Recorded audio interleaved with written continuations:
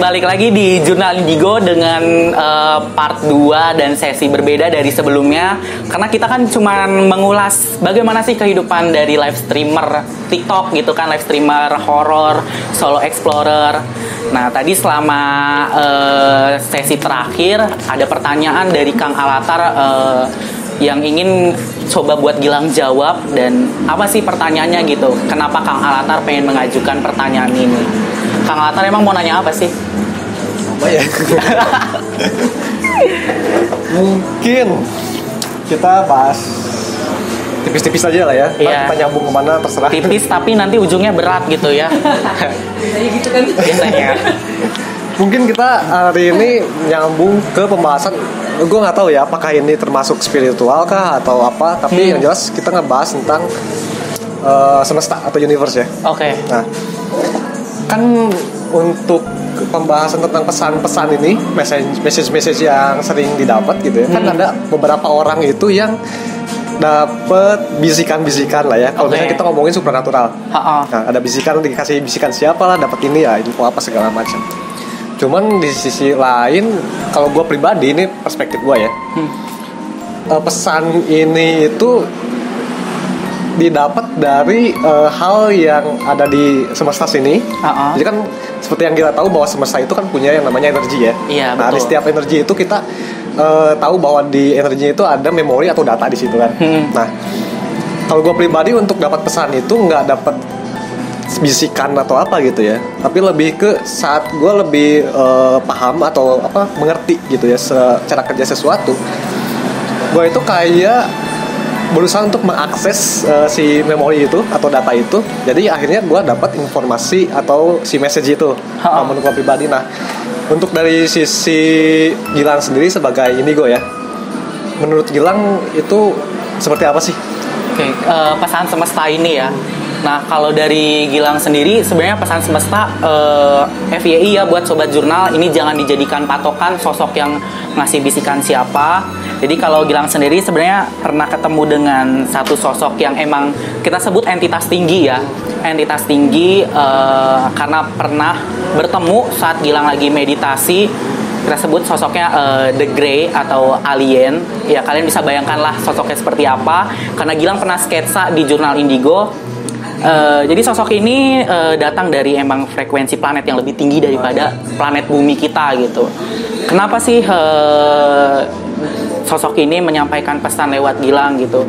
Karena emang sebenarnya tujuan menyampaikan pesannya untuk disampaikan ke sobat jurnal atau follower gitu kan, yang karena emang ngeliat, terus menyampaikannya lebih ke arah kebaikan rata-rata semuanya gitu kan, ke arah kebaikan. Kenapa? Karena sosok ini emang dari frekuensi planet yang lebih tinggi, yang artinya emang mungkin planet dia berbeda dengan planet kita yang mungkin masih ada kekacauan atau apa gitu kan. Makanya sosok ini memberikan pesan untuk bantu bumi upgrade lagi gitu kan, upgrading lah istilahnya kan. Karena sempat di akhir tahun 2021 frekuensi bumi agak turun, terus sosok pesan ini bukan cuma dari sosok The Grey doang. Kadang emang ada bisikan-bisikan lain yang ngasih tahu ke Gilang gitu. Dan semua emang ke arah kebaikan.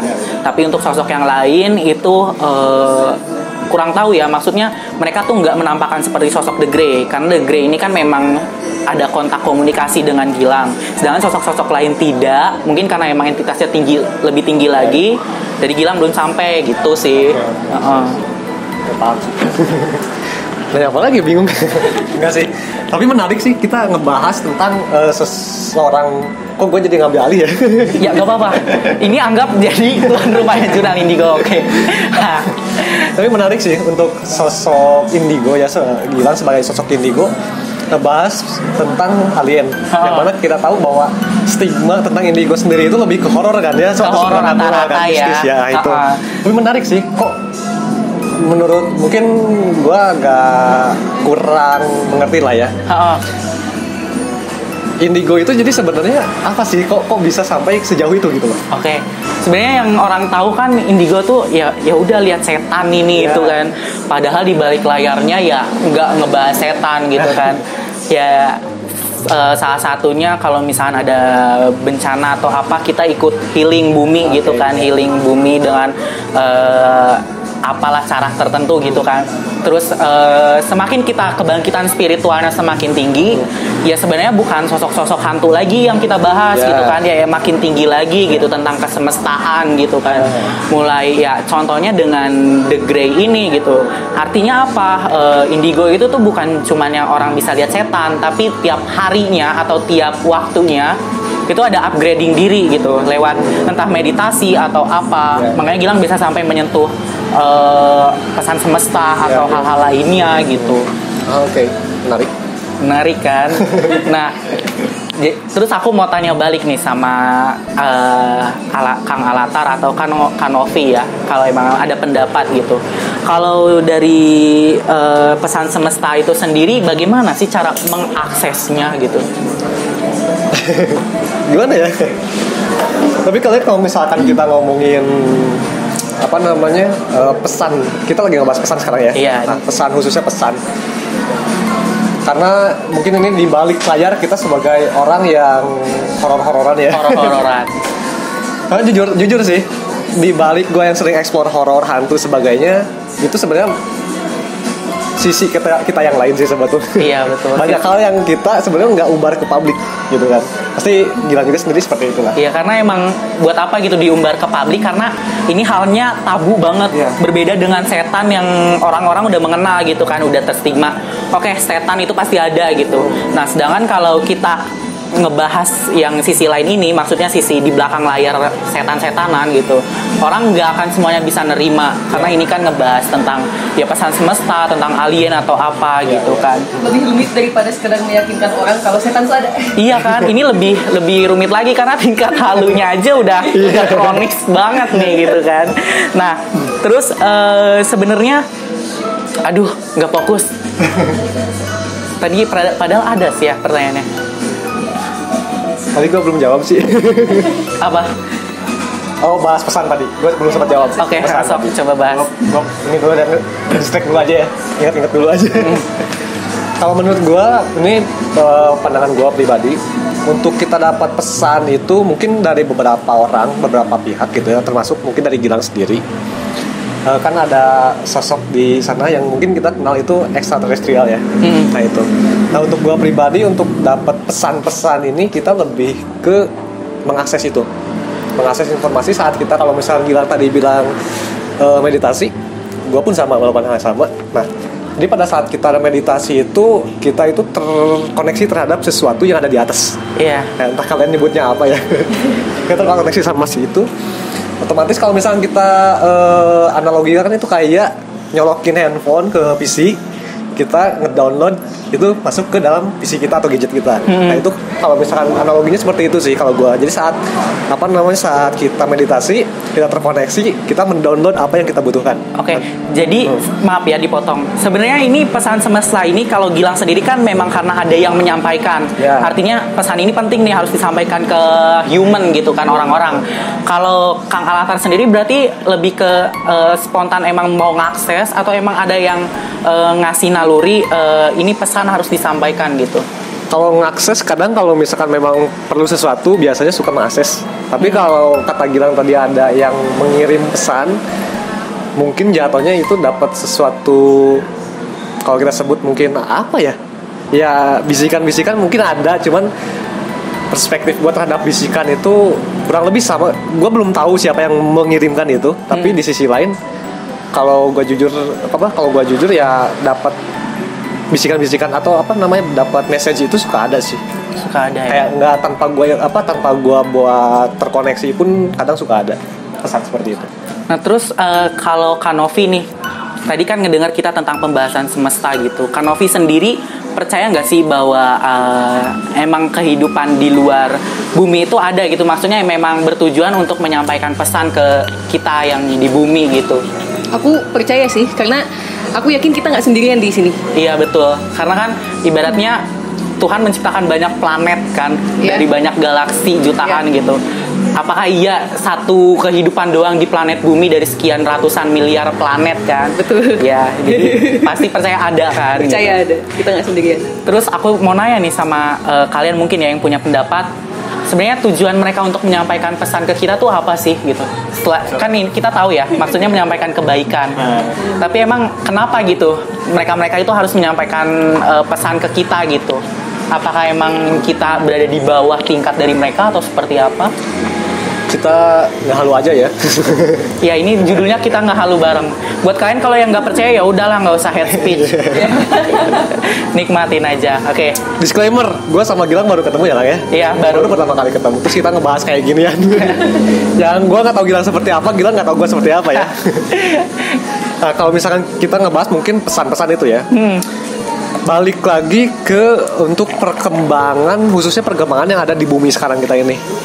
Ya kalau misalkan jatuhnya kenapa hal-hal yang baik yang disampaikan, karena mereka yang di atas light beings, mereka itu ingin sesuatu di bumi ini benar-benar terstruktur atau lebih baik. Soalnya kan yang kita tahu bahwa manusianya sendiri itu sudah chaos lah ya, Ya, tidak terkontrol sih. Jadi balik lagi, tujuan mereka adalah ya untuk memperbaiki itu sih, kalau menurut gue ya. Memperbaiki intinya tatanan hidup kita sebagai orang-orang yang menempati bumi gitu ya.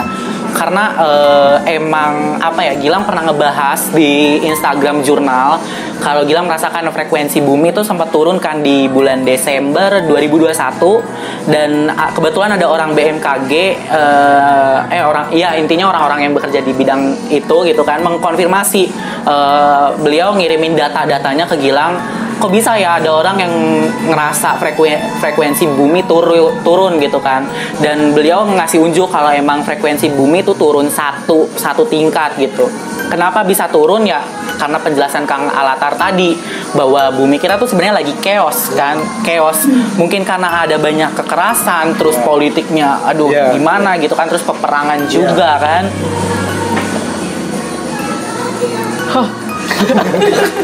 Subleng. Moment of silence. Iya, jadi kayak banyak peperangan. Makanya sebenarnya tujuan ya mereka ini yang pembawa pesan dari semesta ini ya ingin memperbaiki, ingin membantu bumi untuk upgrade frekuensinya. Karena Gilang percaya di sana ada planet-planet dengan frekuensi yang lebih atas. Artinya kehidupan mereka tuh udah berbeda dengan kita gitu kan. Mulai dari secara teknologi, politik, perpecahan tuh mungkin udah nggak ada gitu. Makanya mereka ingin menyampaikan pesan supaya bumi kita itu ikut upgrade, ikut berubah menjadi lebih baik. Bahwa kalau misalkan bumi lebih baik, itu pasti nanti ya tingkatnya lebih maju. Terus mulai dari cara pemikiran semua manusia juga akan berbeda gitu kan. Apalagi? Ada yang mau ditanyakan Bu? Karena Ovi sendiri apa sih, ada hal yang mau ditanyain gak sih tentang kayak semesta-semestaan kayak gini?